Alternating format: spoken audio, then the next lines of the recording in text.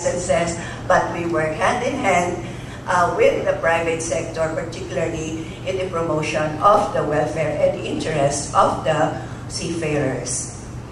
Okay. Our highest policy-making body is called the Board of Trustees, and the chairman of the board is no less than the Secretary of Labor and Employment. And the body is composed of representatives from the private sector, from the seafarers, from the OFW land base, and from some government agencies that have something to do with the welfare of our OFWs, including the seafarers. So we are a membership agency. We say that OWA is a membership agency. To enjoy the privileges, the benefits of the OWA, you must be an active member. That's why this is very important. Our private sector friends know that, and that they should not be remiss in enrolling or registering their seafarers in our agency, so that if something happens to the seafarer or to the OFW, it's important that he gets the privileges, the benefits that are due him or his family. Kaya dito po sa mga nandito ngayon ng mga tiga-private sector, huwag natin kakalimutan yung ating obligasyon din sa ating mga seafarer na sana huwag ninyong babayaang mag-lapse yung kanilang membership at tuloy-tuloy yung kanilang membership sa OWA.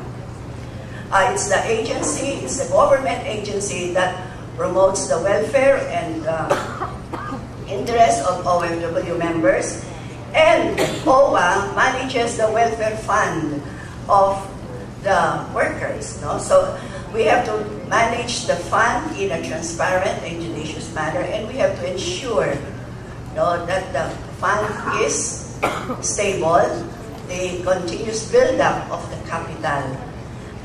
Maybe you've heard also in some news reports on TV, on radio, some are asking, where does the fund go or how is it utilized? We're saying that the money, the fund of the OFWs is intact.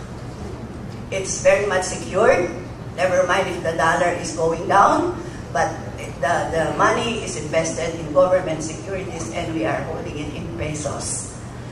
And we would also like to say that, as Merly pointed out, the fund, the welfare fund of the seafarers is separate from the land-based workers. Kaya meron na po talagang distinction yon. Kaya kitang-kita natin yung accounting dun sa pondo ng mga seafarers.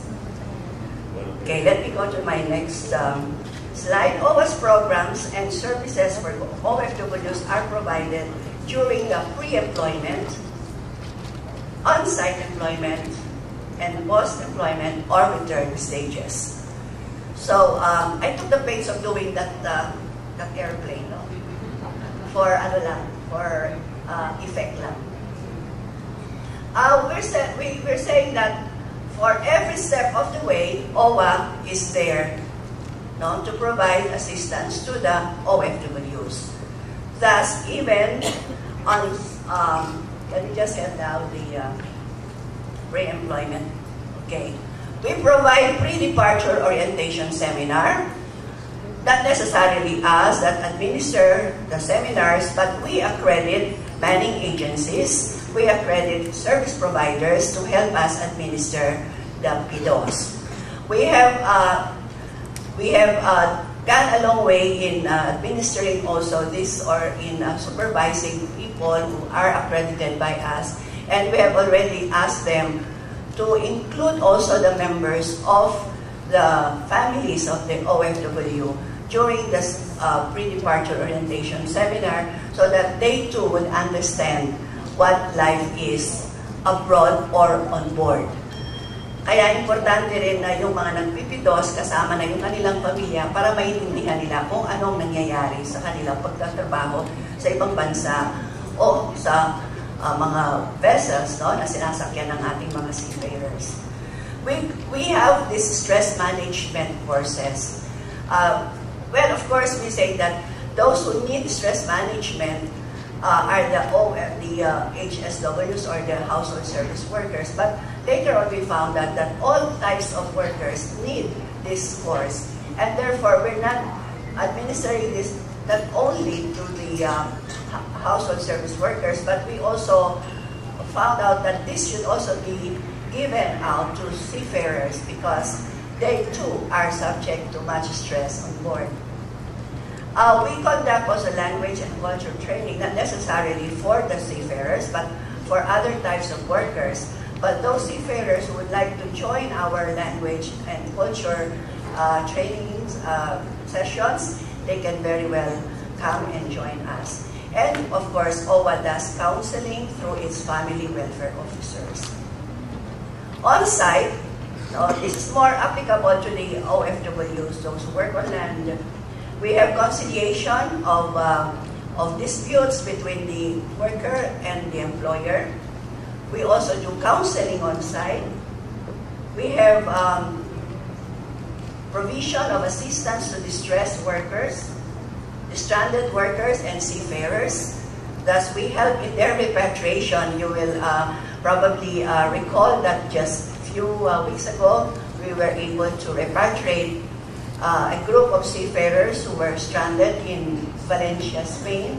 Of course, also with the help of the manning agency and the employer later on. But this had to be, this had to appear in the news before the manning agency moved to help the seafarers. But we do repatriate, we do help in the repatriation of our seafarers, of our OFWs.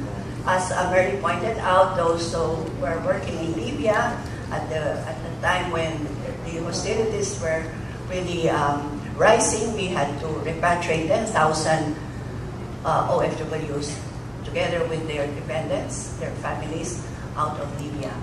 We also repatriated a group from Egypt, from Yemen, hopefully not from Syria this time, because we know that there's also some tension going on in Syria, but hopefully there will be no repats from that place. Okay. We also conduct entrepreneurial skills training for our OFWs on-site.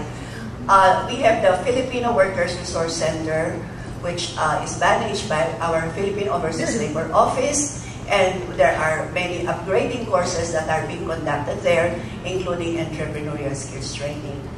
And, well, I mentioned already the repatriation and evacuation of distressed workers, particularly in emergency or critical situations, even in times of calamities, natural disasters like what happened in Tokyo when we had to repatriate also Filipinos from those places that were hit by the earthquake and tsunami.